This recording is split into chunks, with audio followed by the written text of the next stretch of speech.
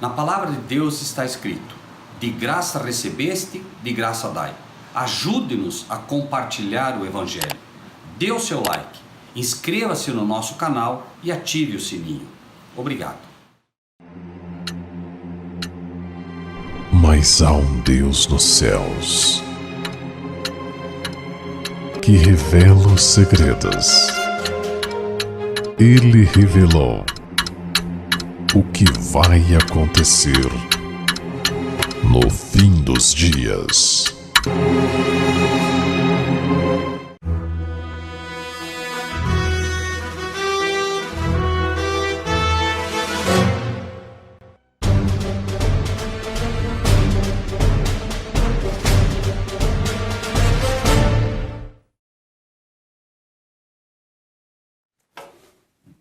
Bom, hoje nós vamos tratar de um tema que ele é um tema bastante polêmico no meio das igrejas. É um tema que as pessoas têm muita dificuldade para entender. E é um tema, obviamente, todo tema da Bíblia é importante. Mas existem temas que eles têm uma relevância mais importante hoje, não só pelo fato do tempo em que vivemos, mas principalmente, pelo que está ocorrendo, eu queria que os irmãos abrissem suas Bíblias no livro de 1 Tessalonicenses, no capítulo 4. 1 Tessalonicenses, capítulo 4.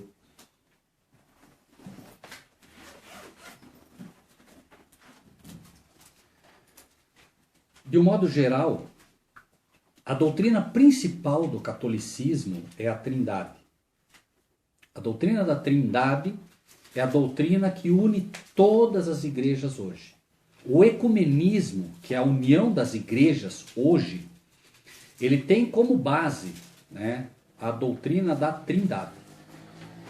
Então, não à toa, a doutrina da Trindade é a principal doutrina católica, que, por sua vez, é a doutrina que dá base a todas as outras doutrinas dela. Todas. Então, não seria muito difícil para a gente, embora nós devamos ter a Bíblia, e somente a Bíblia como norma de regra e prática, não é muito difícil para a gente desconfiar que algo deveria estar errado com essa doutrina. Se ela é a doutrina principal do romanismo, que é totalmente contrário ao cristianismo, alguma coisa tem que estar errado com essa doutrina. E embora nós não devamos rejeitar uma doutrina porque alguma outra igreja crê nela, nós devemos sim ficar num estado de alerta quando a principal igreja contrária aos ensinos de Cristo tem uma doutrina fundamental, que é a doutrina da Trindade. E nós, como povo de Deus, não podemos nos enganar quanto à nossa missão. Se você perguntar hoje para a pessoa: escuta, você é o quê? Eu sou pentecostal. Escuta, você é o quê? Não, eu sou evangélico. De quantas pessoas vocês têm ouvido dizer: eu sou protestante? Difícil. E é curioso, por quê? Se vocês observarem, embora a palavra protestante não esteja,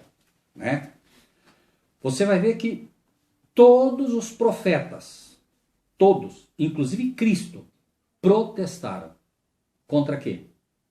Contra os erros que se ensinavam. A palavra protestante vem disso. Protestavam contra os erros. Lutero, da era moderna, foi o que inaugurou, entre aspas, o protestantismo. Por quê? Porque do ano 538 ao ano 1798, papas, bispos, cardeais, padres, eles criaram centenas de doutrinas erradas e ninguém falava nada. Chega uma hora que Lutero descobre uma Bíblia num mosteiro, e começa a ler. Quando ele começou a ler, ele disse: não, mas espera aí, isso aqui é tudo contrário ao que nós estamos ensinando. Isso aqui está tudo diferente. E ele começou a ver, por exemplo, as indulgências, a justificação pela fé. Ele falou: não, mas nós estamos ensinando tudo errado. E começou agora aquilo que depois nós viemos a conhecer como os protestos de Lutero. E aí se originou os protestantes. Então hoje, nós somos chamados a ser protestantes, que protestam contra os erros que as igrejas ensinam. E ser um evangélico hoje é fácil. Ser um pentecostal é fácil. Ser protestante é o problema. E se vocês tiverem dúvida quanto a isso, entrem numa página católica, tem uma página católica que se chama MSR4. Só tem católico bom de Bíblia ali. Não tem ninguém bobo ali. E sem brincadeira. Entram os evangélicos, entram os pentecostais ali, e é uma vergonha. Porque eles derrubam um a um com o argumento bíblico. Católicos. Então nós precisamos estar preparados. Porque daqui a pouco esse povo vem para cima de nós. E vocês vão ver ali. Eles não falam contra evangélico e eles não falam contra pentecostais. Só falam contra protestantes. Só. Porque eles sabem que esse é o grupo que consegue fazer frente a eles. Então entra lá, de vez em quando entra um protestante. E aí dá uma briga boa. Mas enquanto são evangélicos e são pentecostais, dá até dó de ver. Se um dia vocês quiserem, entrem lá e olhem, para vocês terem noção do que está acontecendo. E aí, claro, a causa de Cristo, né, passa por opróbrio. Porque aqueles que deveriam, né, conhecer a Bíblia estão apanhando dos católicos, que não por nada contra eles, mas são pessoas que todas as doutrinas deles são baseadas em tradições e tal. Só que eles pegam, na hora que precisa, eles pegam a Bíblia e dão uma volta, fazem um malabarismo teológico em cima da Bíblia que confunde todos eles. Então, nós precisamos aprender, né? E nós vamos ver, por exemplo, aqui, um dos erros que se comete, por exemplo, nesse meio, que obviamente toda a confusão, toda a doutrina errônea vem de Babilônia. E esse não é um engano diferente, né? 1 Tessalonicenses 4. 4 a partir do 1. Finalmente, irmãos, vos rogamos e exortamos no Senhor Jesus que, assim como recebestes de nós, de que maneira convém andar e agradar a Deus, assim andai, para que continueis a progredir cada vez mais. Então, é uma exortação que Paulo inicia aqui, dizendo, olha, do jeito que vocês aprenderam, do jeito que já foi passado para vocês a validade da lei, né? A validade do que vocês têm aprendido como a verdade presente, não é mais hora de ficar apenas ouvindo. Agora é hora de quê?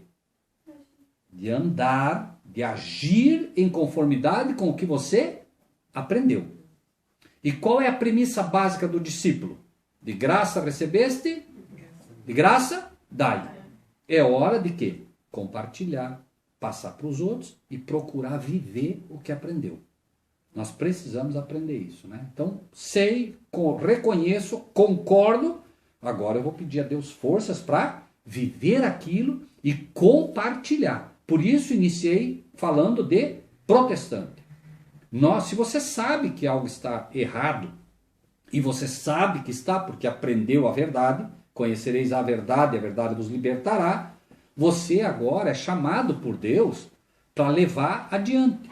Da mesma forma que você estava no engano e Deus te tirou do engano, muitas outras pessoas ainda estão.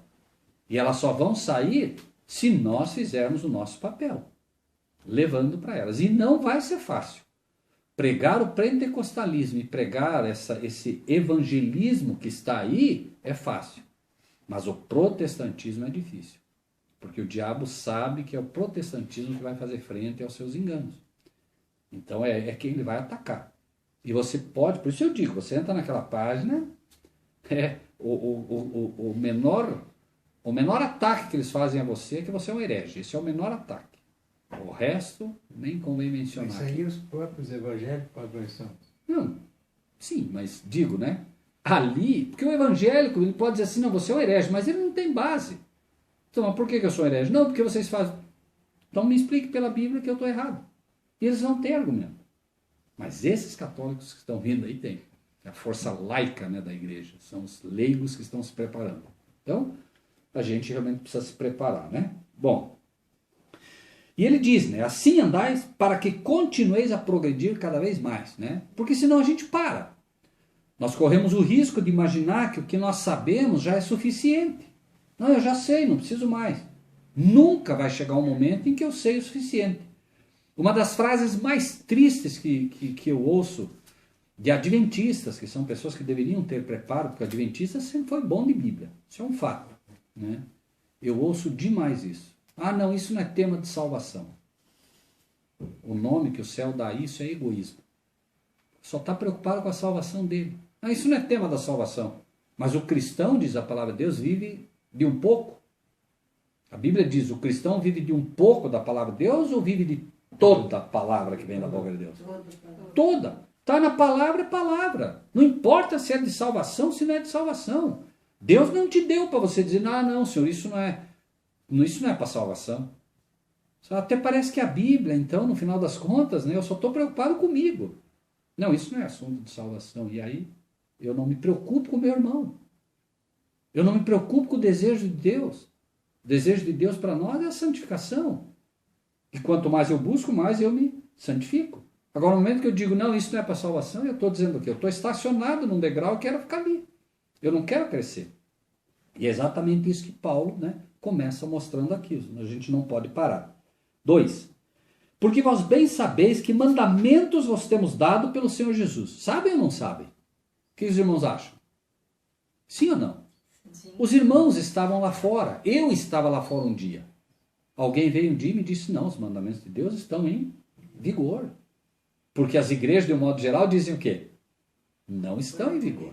Não, nós estamos na graça, foi abolido. Mas o apóstolo Paulo vai no X da questão aqui. Que é onde realmente se posiciona aqueles que querem progredir cada vez mais. Você não vai progredir cada vez mais se você não entender que a lei de Deus está em vigor. Por quê?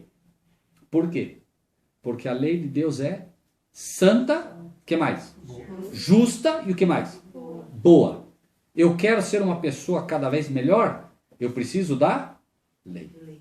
Eu quero ser uma pessoa cada vez mais justa, eu preciso da lei.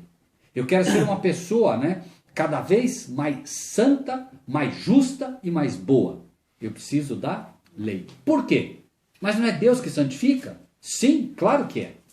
Mas eu pergunto, você está com dor de cabeça ou dor no estômago? Dor no estômago. Alguém te diz, tome um chá de boldo. E você vai tomar um chá de boldo. Quem te cura? É o chá de boldo ou é Deus através do chá de boldo? Deus através de nós. Certeza? Certeza? Sim. Amém. Amém. O chá de boldo é apenas um instrumento de Deus para ele poder curar o problema que você tem. E ele é específico.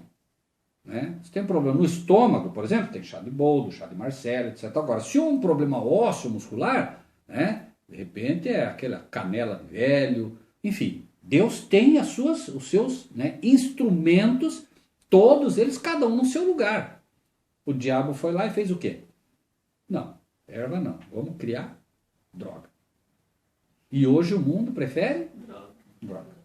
Quando Deus dá produtos que não têm contraindicações. Mas são todos o quê?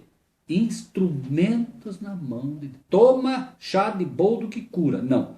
Tome chá de boldo que Deus vai te curar através dele. Certo? A gente não pode esquecer isso. É uma coisa que a gente esquece, não é? Pode ver, a gente está comentando aqui, mas é uma coisa que a gente esquece. Pensa que o chá de boldo vai curar. Então você quer curar, você vai tomar o chá de boldo, mas você tem que fazer o quê? Vai tomar o chá de boldo, o que você tem que fazer antes?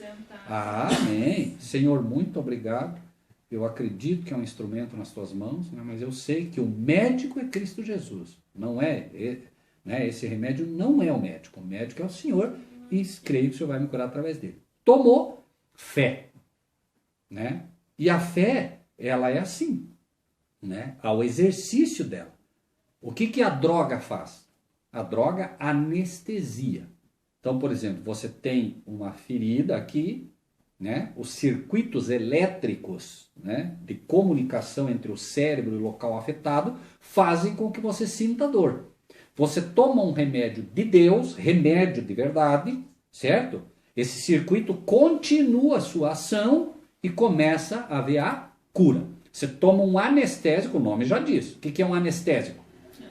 Vai anestesiar. Por quê? Porque ele vai interceptar essa comunicação. Certo? Ele vai embotar a tua mente. A tua mente agora está o quê? Anestesiada. Mas o processo aqui continua. Certo? Por isso se diz, é uma droga, é um remédio paliativo. Ele vai buscar eliminar o sintoma. Certo? E para isso ficar mais claro ainda, imagine assim, né? Você tem um quartel-general, estão lá os soldadinhos, certo? Daqui a pouco há uma invasão, o exército inimigo invade. Os soldadinhos começam a tocar a trombeta, a corneta. Olha, estamos sendo invadidos. O que nós fazemos com os soldadinhos do nosso corpo? Matamos eles. O sintoma é o soldadinho. O problema não é o soldadinho. O soldadinho está gritando. Você tem uma gripe, o que vem? Coriza, dor de cabeça, febre, não é? Inflama a garganta. Isso não é o problema. Esse é o sintoma, é o organismo gritando, é o soldadinho gritando, olha, tem algo errado, tem um vírus, tem bactéria, teu organismo está debilitado. Nós vamos lá e atiramos no soldadinho, tomamos remédio para... Fica quieto aí. Continua a invasão ou não continua? Continua. Entende? Então, veja que está tudo errado. Está tudo errado. Né? A medicina hoje ela tem tratado o sintoma. É claro que chega um momento, por exemplo, uma apendicite, você tem que cortar fora. É diferente, a cirurgia é válida, tudo, mas nós precisamos aprender a cuidar do nosso corpo. Nós precisamos aprender a cuidar do nosso soldadinho.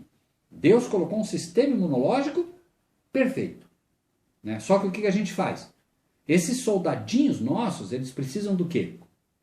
Água e alimento saudável.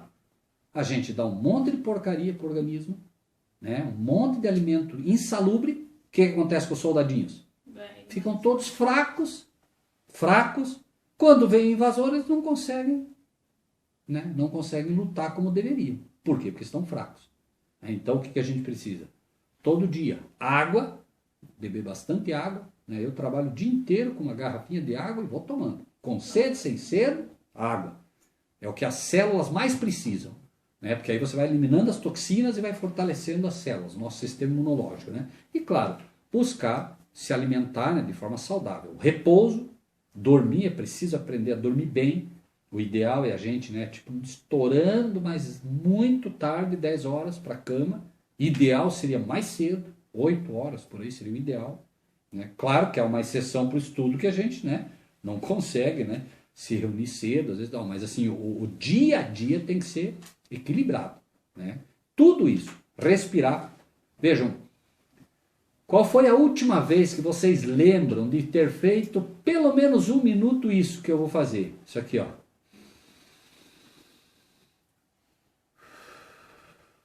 Quem lembra de ter feito Eu isso? faço. Já. Esse dia eu fui no mato. Tem que fazer. Por quê? Porque isso vai substituir o oxigênio que ficou nessa região do abdômen. Quando você faz isso, certo? Você está trocando esse ar, está colocando oxigênio realmente puro, e esse é um exercício que você pode fazer, né? Todo dia. Eu me lembro, por exemplo, que ali estavam fazendo uns testes não me lembro agora qual é o nome que eles dão. Você pega um canudinho e sopra com toda a tua força para ver como é que está o teu pulmão, como é que está o teu diafragma, né? E tal. E aí, jovem, velho, de tudo ali, né? Soprando todo mundo lá. E daí ele pegou e trouxe para mim. E a média que chegava lá, a medida deles lá, 230, 250, alguma coisa assim. Acho que a Débora lembra, porque foi no colégio que ela estudava, lá em Araucária. Uma reunião lá que vocês fizeram, lá os aluninhos. E daqui a pouco ele trouxe para mim, sopra com toda a força. Eu falei, tá bom. Soprei, ele olhou assim assustado, 600 e não sei quanto. Claro, por quê? Por causa do exercício que se faz. Ele ficou impressionado com a força pulmonar. Claro, porque você faz o exercício, pratica algum exercício também, né? Isso ajuda bastante. Isso mostra que você está, né, com uma constituição interna boa. Né? Claro que não é só isso, mas, né, é um dos elementos, certamente. Então às vezes a gente sofre, sabe, por coisas mínimas que a gente não conhece. Né? Então, me ajudem e lembrem sempre disso. Né? Abstinência, certo? Procurar se abster de alguns alimentos, de algumas bebidas. Respiração saudável, procurar fazer esse exercício, lembrar todo dia, porque tudo isso tem a ver. Lembre-se da santificação, né? Que seja essa corpo, alma e espírito. Né? E estamos falando do corpo. Então você precisa, né? Respiração, repouso, dormir cedo, né? Para que haja a produção de melatonina, que dá o verdadeiro sono, né? Um sono saudável, né? Oração faz parte, acreditem, né? Isso já é ciência, não é mais nem religião, é ciência. A ciência já demonstrou que pessoas que exercitam a fé orando, inclusive plantas, para vocês terem ideia, de pessoas que oravam, as plantas responderam positivamente, para vocês terem ideia. Olha só onde vai a criação de Deus, né? Então, né, repouso, água em abundância, respiração, oração, certo? Ar puro, não só respirar, mas o ar puro, buscar o ar puro mesmo, né? E a gente vai, alimentação saudável, né? Não é só se abster do que é ruim, mas procurar comer o que é bom, porque às vezes a pessoa diz, não, eu não como isso, mas come outras coisas que são ruins, né? Isso vai fazendo com que a gente vá se fortalecendo, né? Dia a dia, né? Versículo 3. Porque esta é a vontade de Deus. O quê? Vossa santificação. Pergunta, a vontade de Deus é que nós sejamos salvos ou santificados? Santificados. Deus trabalha com aquilo que você olharia para Deus e dizer, Senhor, o que o Senhor esperaria? Eu espero que vocês se santifiquem. E aí quando a pessoa diz isso não é para salvação, o que ela está falando? Não estou preocupado com a santificação, estou preocupado com a salvação. Se eu me salvar, só que isso, repito, é egoísmo. O ladrão na cruz foi salvo, não pôde ser santificado. Por quê? Porque não guardou a lei, não buscou, né, realmente andar com Deus antes disso. Mas nós somos chamados para cumprir a vontade de Deus. Quando você procura cumprir a vontade de Deus, você está sobre o favor de Deus. Quando você não cumpre a vontade de Deus, né, mas você pertence a Cristo e você procura fazer coisas que estão corretas, você está sobre a misericórdia. Lembrem-se do povo de Israel. O povo de Israel ia para a luta. Deus dizia, não vá. Eles iam para a luta, quando tinham pecado no meio deles, o que acontecia? Perdiam a batalha. Por quê? Porque estavam sobre a misericórdia de Deus. Quando estavam procurando obedecer a Deus, eles iam para a luta e venciam. Por quê? Porque estavam sobre o favor de Deus. Certo? Há uma diferença entre estar sobre a misericórdia. A esmagadora maioria das igrejas hoje e membros estão sobre a misericórdia de Deus. Mas Deus quer que a sua igreja esteja sob o seu favor. Mão direita. Mão do favor. Certo? Porque esta é a vontade de Deus, a vossa santificação, que vos abstenhais da prostituição. Espera aí. Por que será que ele coloca só a prostituição aqui? Porque a prostituição é o contrário de santificação. Mas essa prostituição não é a prostituição física. É a prostituição espiritual mais que qualquer outra. Certo? A prostituição física está aqui também. Mas aqui nós não devemos nos prostituir. Lembrem-se, quem é a prostituta de Apocalipse 17? Quem é? Não é a Igreja Católica? E você não pode se prostituir com as doutrinas dela. Porque se você se prostituir com as doutrinas dela, não vai ocorrer a santificação. Exemplo simples. Em vez de guardar os mandamentos de Deus, você escolhe guardar os mandamentos da Igreja Católica. Vai ser santificado? Não. Não. Por quê? Por que não? Porque está servindo a lei deles. E principalmente por quê? Porque Deus abençoou e santificou a sua lei. Ele não abençoou e santificou a lei dos homens, certo? A bênção de Deus só pode estar sobre a lei dele, não sobre a lei dos homens. Entende? Então, muita gente hoje, né, de forma inocente, obedece às leis do homem. Mas Deus, né, quer que a pessoa obedeça a sua. E a lei de Deus é um instrumento também para a santificação. Repito, a lei santifica? Não. Quem santifica? Deus. Através da lei. Também lhes dei os meus sábados, para que saibais que eu sou o vosso Deus que vos santifica. Então veja, ele deu sábado para nos santificar? Não. Ele deu sábado para que a gente saiba que através do sábado ele nos santifica. Repito, né? O inimigo trabalha muito com essas tenuidades, né? De repente o adventista diz, não, eu guardo o sábado, eu estou me santificando. Não, você não está sendo santificado por guardar o sábado. Deus está te santificando através do sábado. Por quê? Porque ele abençoou e o quê? Santificou. Que dia? Aí vem o inimigo. Aí os argumentos que o inimigo usa. Não, mas eu guardo todos os dias. Pode guardar todos os dias. Mas vai ser santificado através de um. Por quê? Todos os dias foram abençoados? Não. Todos os dias foram santificados? Não. Simples. Então o inimigo usa esses argumentos, né? A pessoa diz assim, não, mas eu guardo todos os dias. Na verdade não guarda nenhum. Porque não tem nenhum dia que ele realmente separa para Deus. Não sei se me entendem, certo? Não é nenhum ataque a ninguém. A gente precisa, como digo, ou nós somos protestantes ou não somos. Né? Como é que nós vamos apresentar a verdade se nós não comparamos, né, e mostramos para as pessoas o erro? Nós vivemos uma época que você apenas mostra a verdade para as pessoas não estão sendo capazes de ver a diferença. Né? Então a gente... 4. Que cada um de vós saiba possuir o seu vaso em santificação e honra. Quem quer ajudar com isso? O que seria isso? Que cada um seu vaso em santificação e honra. Como isso? Como é que nós explicaríamos isso? O corpo é o vaso, né? Amém, perfeito. Cada um possua este vaso, né, o corpo, em santificação e honra. Né? Veja que se você observar aqui, ó, isso aqui ele abre basicamente a premissa dos mandamentos. Quem é que santifica o homem? Deus. Está falando da primeira tábua da lei. Né? Todo o relacionamento do homem para com Deus. Né? Quais são? Pode ver, todos os mandamentos da lei de Deus estão no primeiro, santificação. E o segundo, honra. Como inaugura o mandamento? Honra teu pai e tua mãe. Entende? Então esse já é o mandamento né, de relacionamento entre homem e homem, homem e mulher, mulher e mulher, tudo. Entende? Isso é honra. Né? Então, óbvio, no momento que, repito, não é ataque, mas no momento que uma mulher está com uma mulher, ela não está sendo honrada e nem está honrando a lei do Criador. No momento que o homem está com o homem, não está honrando.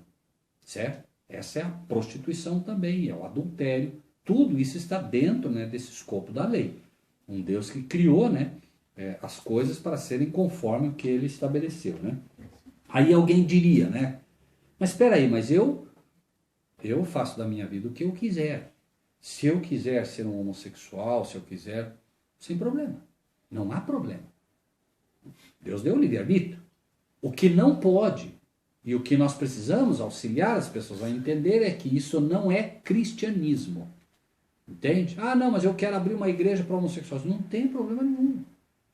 Mas o cristianismo não age dessa maneira. O cristianismo tem um escopo, inclusive o escopo do cristianismo fere o próprio romanismo.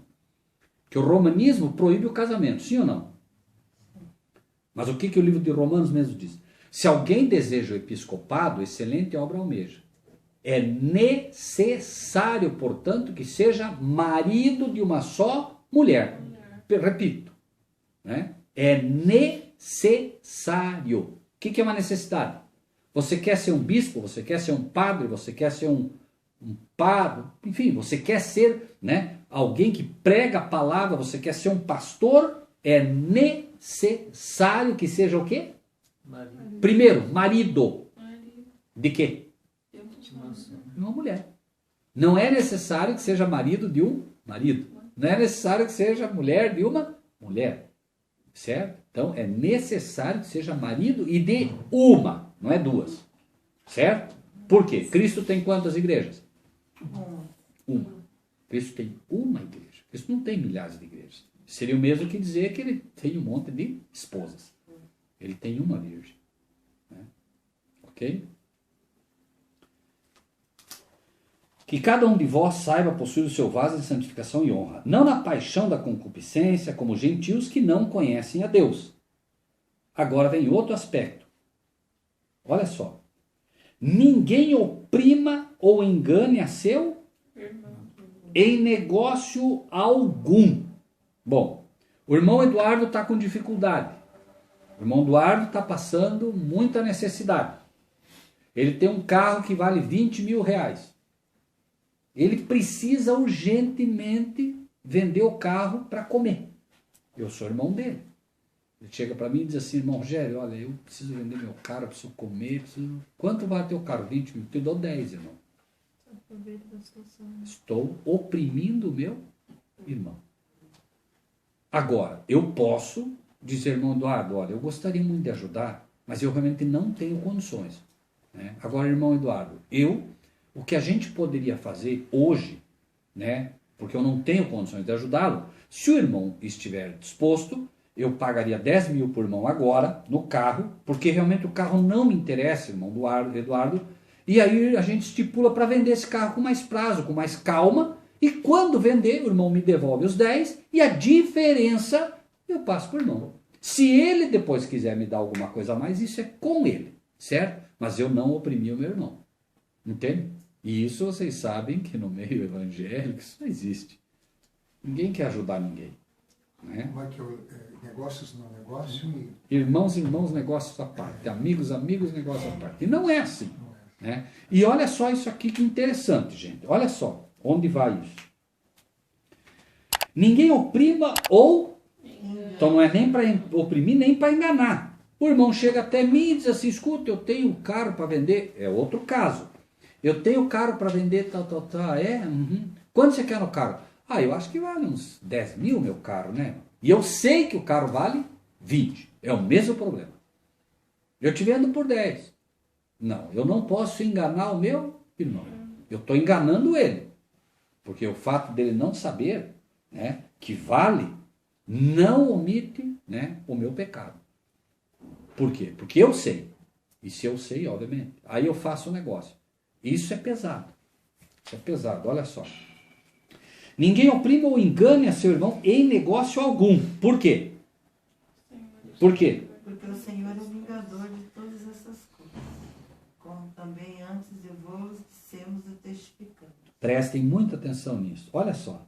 O Senhor é? Vingador. Primeiro, ele é vingador disso. Ele vai vingar. Sim. Isso não é algo que vai passar em branco. Só que tem mais um detalhe. O que diz ali? De todas essas coisas, como o quê? Antes,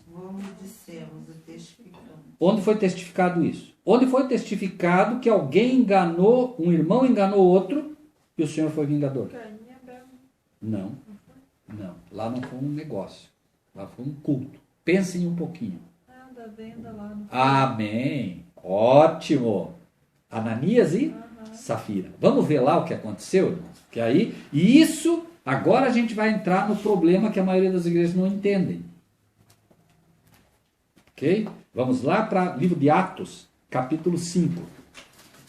Porque ele disse, nós falamos e testificamos, certo? Então em algum lugar tinha que estar, não é? A Bíblia ela é fantástica nisso. Então, 5. 1. Atos 5. Atos é depois de João. Isso, depois do último evangelho canônico, né? Atos 5, a partir do versículo 1. Ok?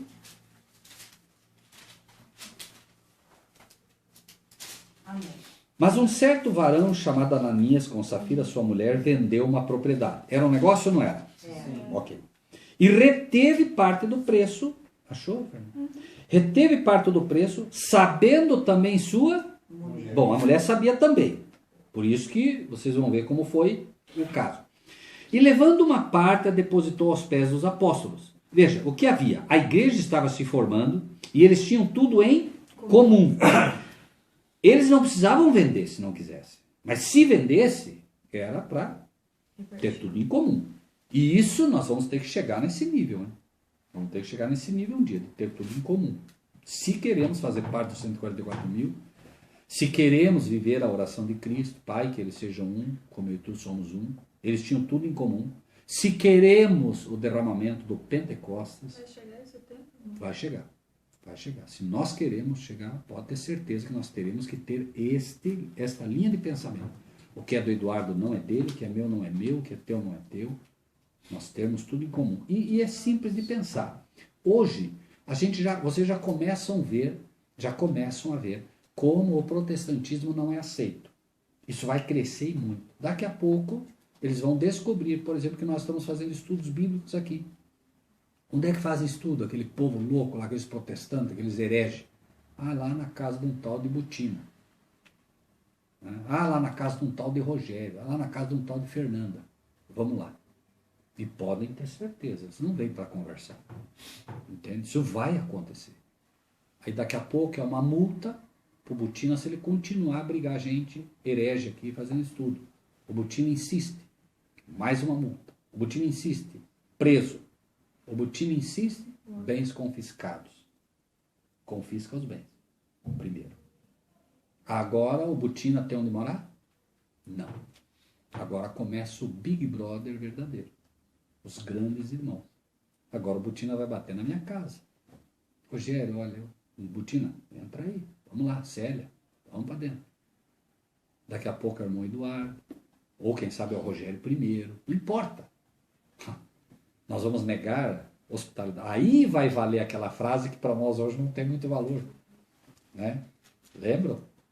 Que nós devemos receber as pessoas em hospitalidade porque o quê?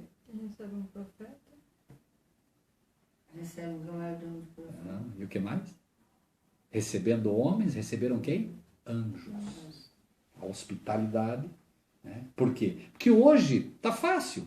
Hoje eu bato na porta do Botina. Não, já pode entrar todo mundo. E vocês na minha casa, está tudo bem. Mas deixa o povo de Deus ser chamado de proscrito. Não vai ser apenas confiscados. Não, quem abrigar ele vai ter problema. Ou alguém vai ter dúvida que se abrigar o Botina, que teve os bens confiscados, é amigo dele, é irmão. E as Bíblias também vão ser Tudo. retiradas? Claro, tudo. Só que, claro, por isso também, veja, tudo está escrito. O que a palavra de Deus diz? Quando fordes levados perante os governadores, perante os maiorais, não cuideis com o que haveis de dizer, porque o Espírito Santo falará através de vós. A hora, por isso falei para vocês, a hora de guardar, né, a semente é agora. Tudo que você lê, mas eu não entendo, não tem problema. Joga para dentro. Joga para dentro. A semente vai estar ali. O Espírito de Deus vai trazer na hora que você mais necessitar. Né? E aí você vai defender a fé. Entende? Mas, claro, para isso precisa, né, que esteja armazenado. Né? Ok? Então, reteve parte do preço, versículo 2, sabendo também sua mulher, e levando uma parte, depositou aos pés dos apóstolos. Disse então Pedro, Ananias, por que encheu? De quem foi o trabalho então? Por que encheu Satanás o teu coração para que mentisses, e aqui eu quero que prestem bem atenção, para que mentisses ao e retivesses parte do preço da idade. A quem ele mentiu? Espera aí, mas o Espírito Santo é uma pessoa? Amém. Vejam, e aqui que começa o problema. Nós hoje não cremos que o Espírito Santo é uma pessoa. E aqui usa-se muito isso. Não, o Espírito Santo é uma pessoa. Como é que você pode mentir para uma força ativa de Deus? Como é que você pode mentir, entende? Para o sopro de Deus. Como é que você pode mentir? Vamos ver. A Bíblia vai mostrar. Certo? Vamos lá. Por que mentisses ao Espírito? Por que não diz por que mentistes a Deus? Porque mentiste ao Filho de Deus. Guardando-a não ficava para ti, e vendida não estava em teu poder. Por que formaste esse desígnio em teu coração? Não mentistes aos homens, mas a Deus. Então qual é o raciocínio lógico que a pessoa faz? Ele disse lá, mentiste a Deus. E aqui ele diz que mentiu a Deus. Disse lá, mentiu ao Espírito Santo. E aqui ele está dizendo que mentiu a Deus. Então qual é o raciocínio lógico? Se lá mentiu ao Espírito Santo e aqui está dizendo que é Deus, então o Espírito Santo é Deus. Mas não é assim que se estuda a Bíblia, não é? Como é que se estuda a Bíblia? Amém. Nós vemos todas as outras passagens bíblicas que mostram claramente que há um só Deus. Então, peraí, como é que eu vou resolver essa questão? Deixando que a Bíblia explique. Vamos lá. Né? Não mentiste aos homens, mas a Deus. E Ananias, ouvindo essas palavras, caiu e morreu. Por quê? Por que ele morreu? Porque ele mentiu ao Espírito Santo. Não é o pecado contra o Espírito Santo? Ok. E um grande temor veio sobre todos os que isto ouviram. E levantando-se os jovens, cobriram o morto e transportando para fora o sepultário. E passando um espaço quase de 3 horas, entrou também sua mulher, não sabendo o que havia acontecido. O que ela não sabia que havia acontecido? Ele Tinha marido? Sim, mas ela sabia por quanto tinha sido vendido o terreno, ou não? Sim. Sim, isso já foi dito antes. Então ela sabia do negócio. Ok. Disse-lhe Pedro, dize-me, vendestes portanto aquela herdade? O que Pedro pergunta então? Você vendeu por... E ele cita o valor que Ananias falou. Veja bem, o que ele esperava? O que o Espírito de Deus estava esperando agora através de Pedro? Uma confissão. Amém? Verdade. Veja Deus agora no jardim do Éden. Adão, onde estás? Comeste do fruto. Ele sabia ou não sabia? O que Deus estava esperando? Confissão, para poder perdoar. Vendeste aquela herdade, portanto? Né? E ela disse, sim, portanto. Então Pedro lhe disse, por que é que entre vós vos concertastes para tentar o Espírito do Senhor? Eis aí a porta os pés dos que sepultaram teu marido, e também te levarão a ti. E logo caiu aos seus pés e esperou. Quantos morreram? Os dois. Porque os dois sabiam. Qual é o pecado contra o Espírito Santo? A morte. Não. Qual é o pecado contra o Espírito Santo? A morte é o resultado do pecado contra o Espírito Santo. Mas qual é o pecado contra o Espírito Santo? Mentira. Foi a mentira? Não. Se fosse isso, todos nós estaríamos Como que é perdidos. o- Ou ninguém aqui mentiu? Hã? Todos, né? Todos mentem. Com fé, veja. Nós estamos aqui para aprender. Né? Eu sei que esse Enganou, tema não é fácil. Quem enganou, Daí nós também teríamos que morrer. Ou não, nunca enganamos ninguém. oprimiu. Aqui alguém nunca enganou ninguém? Pecado contra o Espírito Santo nós vamos ver, por exemplo, que a Bíblia tem que ser somada. Você olha aqui, pera, eu não entendi bem, senhor. Né? Veja, lembrem-se, por exemplo, quando Jesus expulsava demônios. Certo? Ele expulsava demônios. Correto? Sim. Os fariseus acusavam ele de expulsar demônios pelo espírito de Satanás. Certo? Mas eles sabiam ou não sabiam que Jesus expulsava pelo Espírito de Deus? Sim ou não? Sabia. Sabiam ou não? Sim. Sabia. Sim. E como nós sabemos que eles sabiam? Biblicamente, Nicodemos chega para Jesus e diz, bom mestre, sabemos, ele não diz sei, sabemos quem? Nós, os fariseus, ele era um fariseu, sabemos que tu és vindo de Deus, porque o que tu fazes, os milagres que tu fazes, somente faz se Deus estiver com ele. Então sabiam. E aqui também. A Bíblia faz questão de dizer que eles, o quê? Qual é o termo? Ananias e Safira sabiam. Então o pecado contra o Espírito Santo de forma simplista, por favor, nós já vamos abrir isso. Eu vou falar de uma coisa exemplificada para a gente poder entender espiritual. Que cor é a blusa do Butina? Preto. Gente, que cor é a blusa do Butina? Preto. Sim ou não? Sim. Alguém tem dúvida? Não. Então todos sabemos que a blusa dele é Preto. preta.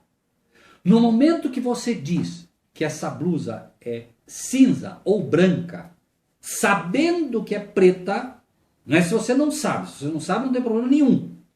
Nenhum problema. Mas você sabe que é preta e diz que é branca ou cinza simplesmente porque você desafia aquilo que você já sabe. Não é a blasfêmia contra o Espírito Santo. Esse é o pecado contra o Espírito Santo. Agora, quando você atribui ao diabo a obra de Deus, aí sim é o pecado contra o Espírito Santo, que é a blasfêmia contra o Espírito Santo. Por quê? Por quê? Pergunto. Vamos imaginar agora o seguinte, de forma bem simplista, por favor. Todos aqui conseguem, de fato, concordar que o sábado é um dia de Deus? Sim. Sim ou não? Sim. Conseguem? Sim. Quem foi que mostrou para vocês que o sábado é o dia de Deus? A Bíblia. Quem? Ok. Mas quem foi que convenceu vocês dessa verdade? Espírito Santo. Sim ou não? Sim. Sim. Vocês não leram a Bíblia um monte de vezes antes? Sim ou não? Sim. Sim. Sim. Viam um sábado? Não, assim como eu não. Quanta gente lê a Bíblia e não vê? Quem é que ilumina a tua mente para entender? Espírito Santo. Então o Espírito Santo agora te disse, sábado. Você crê realmente que é o sábado. Agora você não guarda o sábado. Pecado contra o Espírito Santo? Não. Não. Não, porque... Tipo, Não. Você sabe que o sábado é o dia de Deus. E você não guarda. Certo? Isso não é o pecado contra o Espírito Santo. Isso é pecado, mas não contra o Espírito Santo. Quando você começar agora a dizer que o sábado é do diabo, agora você está cometendo o pecado contra o... Por quê? Por quê? Porque o Espírito Santo não tem mais o que fazer por você. Veja, o que ele pode fazer por você? Ele já não te convenceu que o sábado é o dia de Deus? E agora você prefere dizer que é do diabo. Como é que o Espírito Santo vai te trazer à tona de novo se ele já te mostrou que o sábado é de Deus? Me entendem? Os fariseus sabiam que Jesus curava pelo poder de Deus. Mas para não perder a sua força, para não perder a sua importância, diziam que ele curava pelo poder de Satanás. Blasfêmia contra o Espírito Santo. Me entendem? Sim. Entendem? Não é só saber. Então voltamos à blusa. No momento que você diz essa blusa do botina, ela é branca, sabendo que é preta. Não é blasfêmia contra o Espírito Santo. Certo? Mas no momento que você diz essa blusa é branca e foi Deus que me mostrou que é branca, sendo mentira, agora sim você está com problema. Entendem?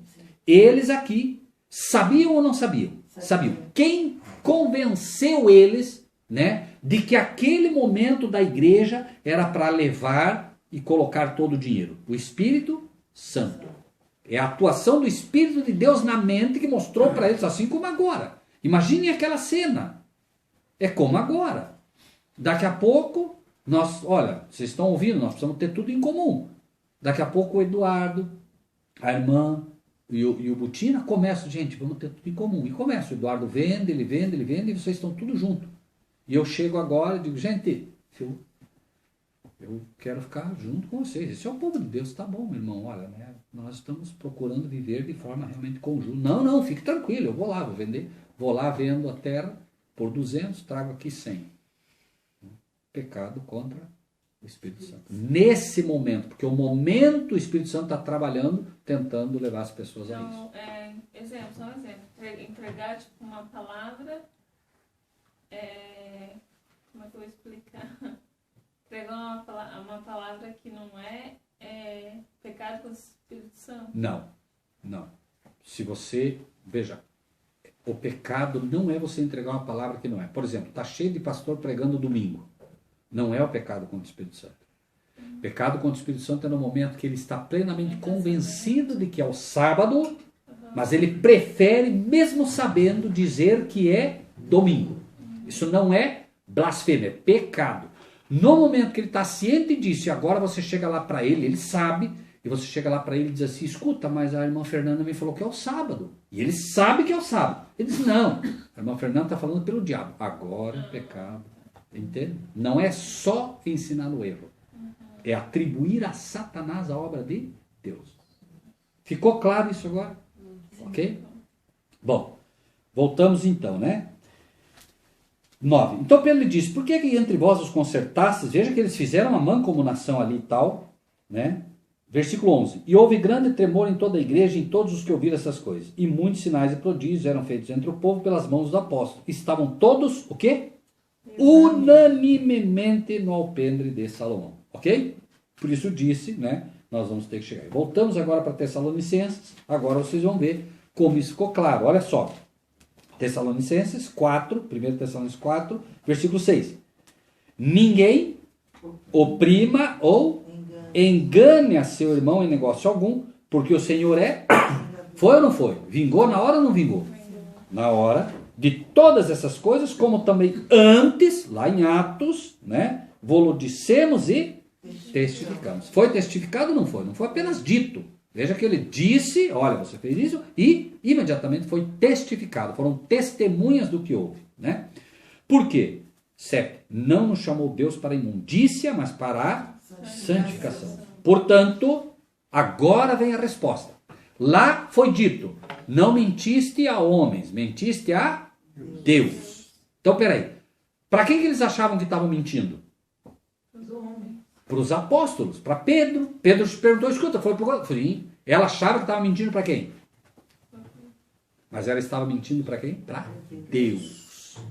Agora nós vamos entender se ela estava mentindo para Deus, o Pai, ou se estava mentindo para Deus, o Espírito Santo. Vamos ler. E a resposta vem clara. Olha só. 7.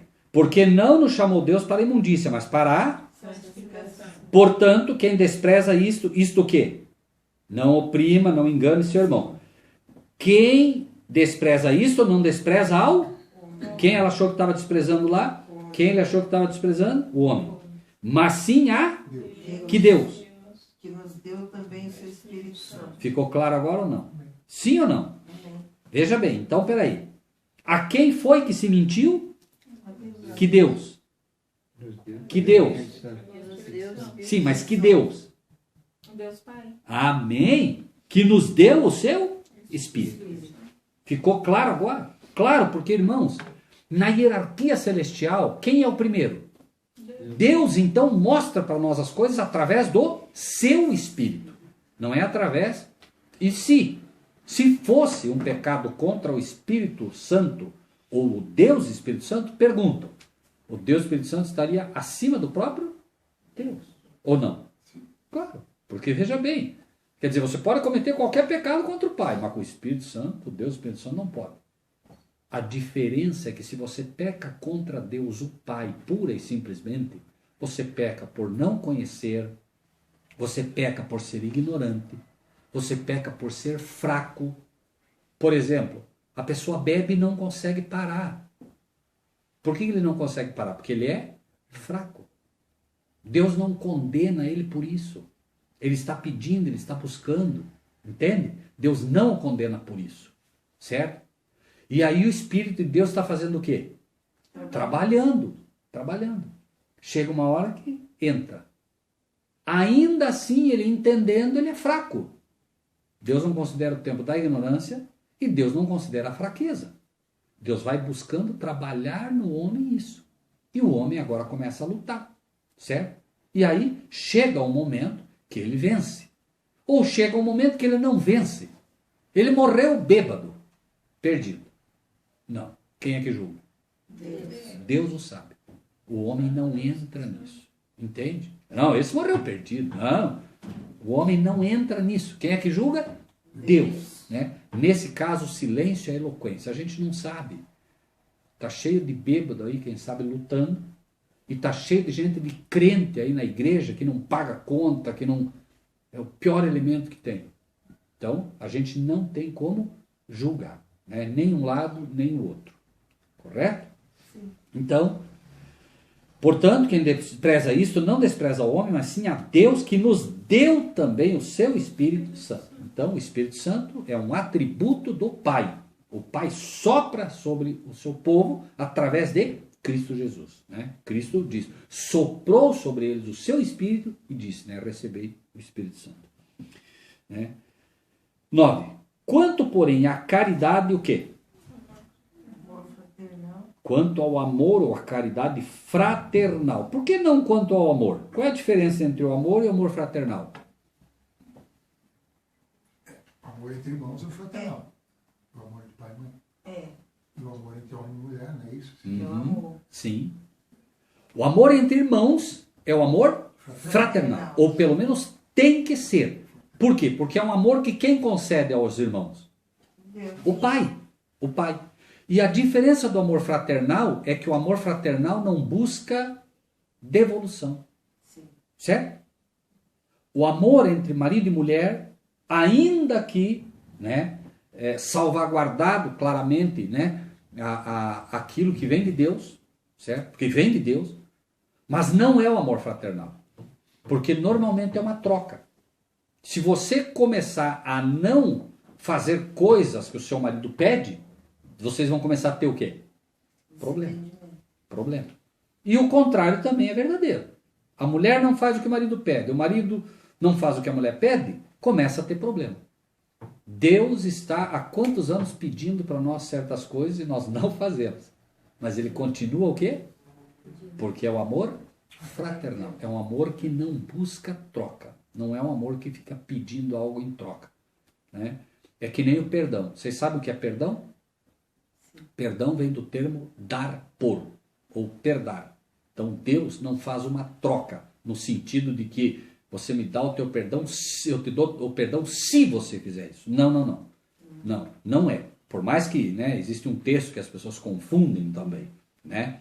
O perdão é Deus, primeiramente, né, mostrando para você, eis o Cordeiro que tira o pecado do mundo. Então eu pergunto, nós nem havíamos nascido e Cristo morreu. Pergunta, ele deu primeiro ou não? Sim. A Bíblia diz, nós o amamos por quê? Porque ele nos amou primeiro. Veja que nós nem havíamos nascido e Cristo já morreu na cruz. Hoje nós viemos, está tudo disposto, foi feito, né? E nós podemos, obviamente, né, colocar sobre Cristo os nossos pecados, demonstrando que ele, de fato, nos dá e nos perdoou desde a fundação do mundo.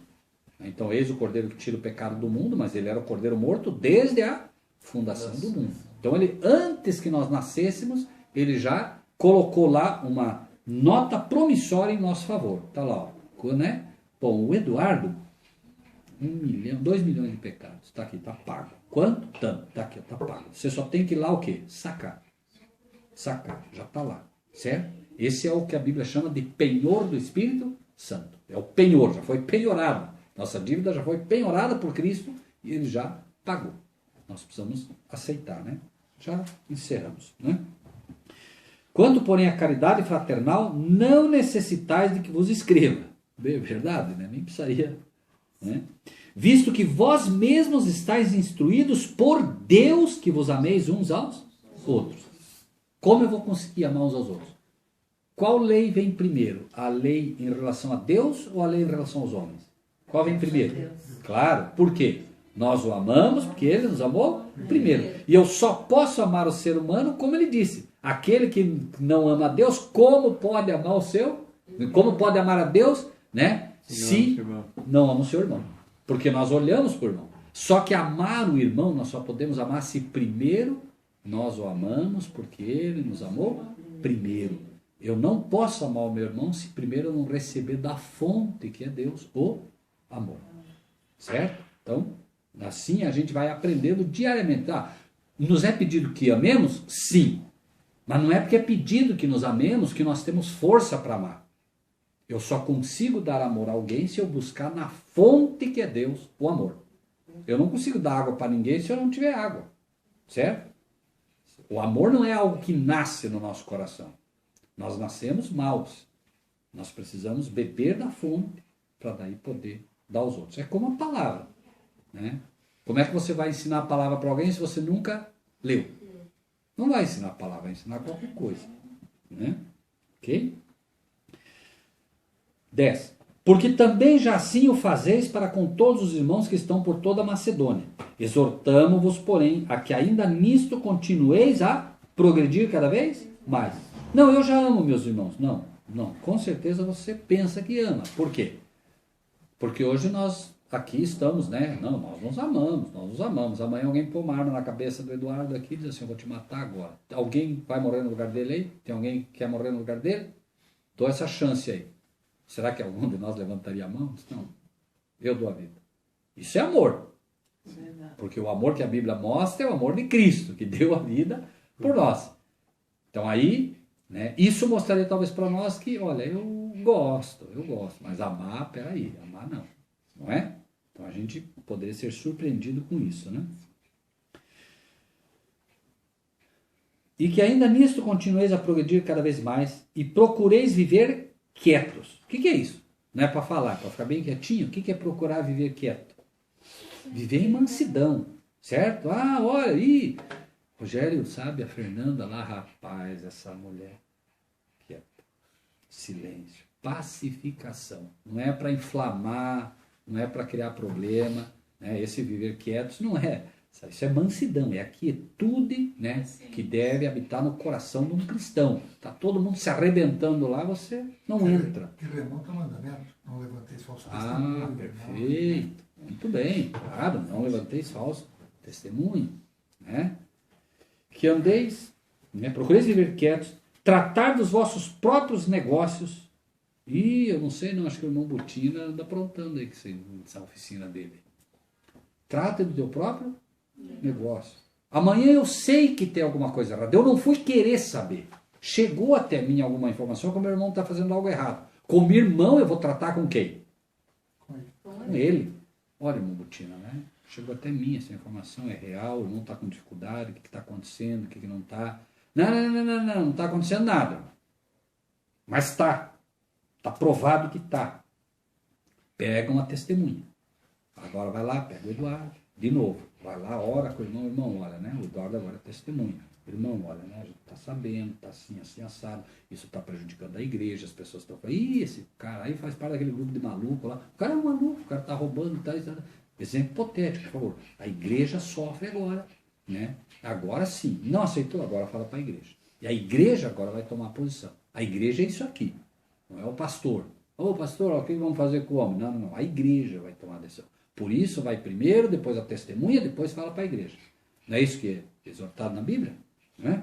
Então, vossos próprios negócios, trabalhar com vossas próprias mãos, como já vos temos mandado. Nada de ser pesado para os irmãos. Né? Isso, infelizmente, é o que acontece. O meu irmão, o Neco, ele tem muita dificuldade com pastores. Ele, né, tem suas dificuldades, mas ele diz, eu não aceito. Aquele pastor que é presidente da igreja tal, né, ele paga 8 mil reais de aluguel. Eu não aceito isso. Não vão nunca me convencer. O cara pega a família inteira, vai comer em restaurante pagando 100 reais para cada um. Não aceito. Vocês não vão nunca me convencer. Esse está sendo pesado para a igreja. Não está certo. Né? Levanta 11 horas, meio-dia, né? Enfim. Né? E a gente sabe que tem muito disso. Tem muito, não é pouco não. Né? Enfim. Né? Por isso Paulo, ele fazia tendas. Trabalhava com a própria mão para não ser pesado para a igreja, ele dizia. Né? Então, fazia o seu trabalho e tal. Né? Veja, nada a ver com o digno é o trabalhador do seu salário. O sujeito é pastor, tem nada errado, ele merece o salário, mas ele tem que entender que ele tem que trabalhar e ele tem que ser uma pessoa o quê? Humilde, simples. Pastor não é para ser rico, desfilar com carro de ricaço, nada disso. Certo? Isso tem que ficar claro. E a gente vê muito, né? O pastor vai lá com um carrão, não, olha, teologia da prosperidade, né? Você vai ser abençoado por Deus. Não é assim, né? Finalizando, 12. Para que andeis como? Honestamente para os que estão de fora. Por quê? Porque o testemunho é para os de fora. Claro. Irmãos, imagine que vocês participassem de uma igreja onde de fato vocês estão sendo alimentados pela palavra de Deus. É um pastor que realmente alimenta pela palavra, tal. E ele tivesse um carrão, ninguém na igreja iria discutir com ele. Ninguém iria. Mas os de fora, sim. Os de fora iriam com certeza ver que tem algo errado. Né? É assim. Né? Então, daqui a pouco, né, os de fora é que acabam vendo o mau testemunho. Claro, porque quem já conhece as coisas de Deus não está aí para julgar. Mas o povo de fora não está nem aí. E aí como é que você vai trazer uma pessoa daquela para a igreja? Você vai chegar para ele e vai dizer assim, não, vamos lá para a nossa... Não, falou. Para com isso, rapaz. Olha o pastor de vocês lá, rapaz. Vou lá para aquela igreja fazer o quê? Para ele tomar meu dinheiro? Não, senhor. Eu estou aqui dando duro, andando de bicicleta aqui, botando tijolo todo dia, o cara está lá no bem bom, está com carrão, está com... Não, senhor. Se ele tiver um pouquinho de bom senso, né, ele vai ver que tem algo errado. Aí você vai dizer para ele, não, mas... Não, falou, que carro que Cristo tinha, ele vai te falar. Qual era o carro que ele tinha? E aí começa. E se ele conhece um pouquinho da Bíblia, ele vai te dizer, mas peraí, Jesus disse o quê? Jesus disse, quando estavam tentando seguir ele, o quê? Os pássaros têm seu ninho, a raposa tem seu covil, o filho do homem não tem onde reclinar a cabeça. E agora, como é que você sai dessa? Aí você vai dizer, não, mas veja bem nada, está escrito. Começa o problema. Certo? Então, chega uma hora que, lógico, nós vamos ter que... Para que andeis honestamente para com os que estão de fora e não necessiteis de coisa... O que é isso? Trabalhar para que não seja um peso para os irmãos. Aí tem aquele irmão, perdão, uma vez, nós fomos pregar numa igrejinha em Santa Catarina e Deus sabe, você não premedita, né? Você pega um tema e apresenta. E tem coisas que Deus fala, às vezes, que você não, nem você esperava falar aquilo, né? O Espírito de Deus trabalha. E nós naquela igrejinha, uma igreja pequena, daqui a pouco, mostrando, né, o caráter, tal, e falamos, olha, o verdadeiro cristão, ele tem crédito. Ele pode até ter dificuldade às vezes, mas ele tem crédito porque ele é uma pessoa honesta. Se ele compra, ele vai lá e paga. Né? Se ele não tem agora, mas ele vai lá, paga. Né? Ele, se ele pede dinheiro emprestado, porque às vezes ele pode se apertar, ele pega, mas ele vai lá e paga. Ele é honesto. Agora que eu falei isso, um casal levantou batendo os pés para fora da igreja. Bravo. Fez questão de mostrar que estava bravo, os dois. Fora o casal, né? Saíram. Olhei aquilo, né? Tá bom. Depois que acabou tudo e tal, né? A pregação toda, eu chamei os irmãos. Estavam ali, vieram, nossa, muito gostaram, tal. Eu falei, escuta, desculpa, teve um casal que saiu para ser uma igreja. Não se preocupa não. Porque lá foi para eles mesmo. Eles pegam o dinheiro de toda a igreja aqui e não pagam as contas. Era para eles mesmo. Ou seja, Deus trabalha. Né? De repente você vai... Ele imaginou que eu tinha premeditado, que eu sabia. Eu não sabia de nada. Foi a primeira vez que eu fui naquela igreja, não conhecia ninguém. Deus fala. E veja que Deus falou exatamente para eles. Não, ficou bravo.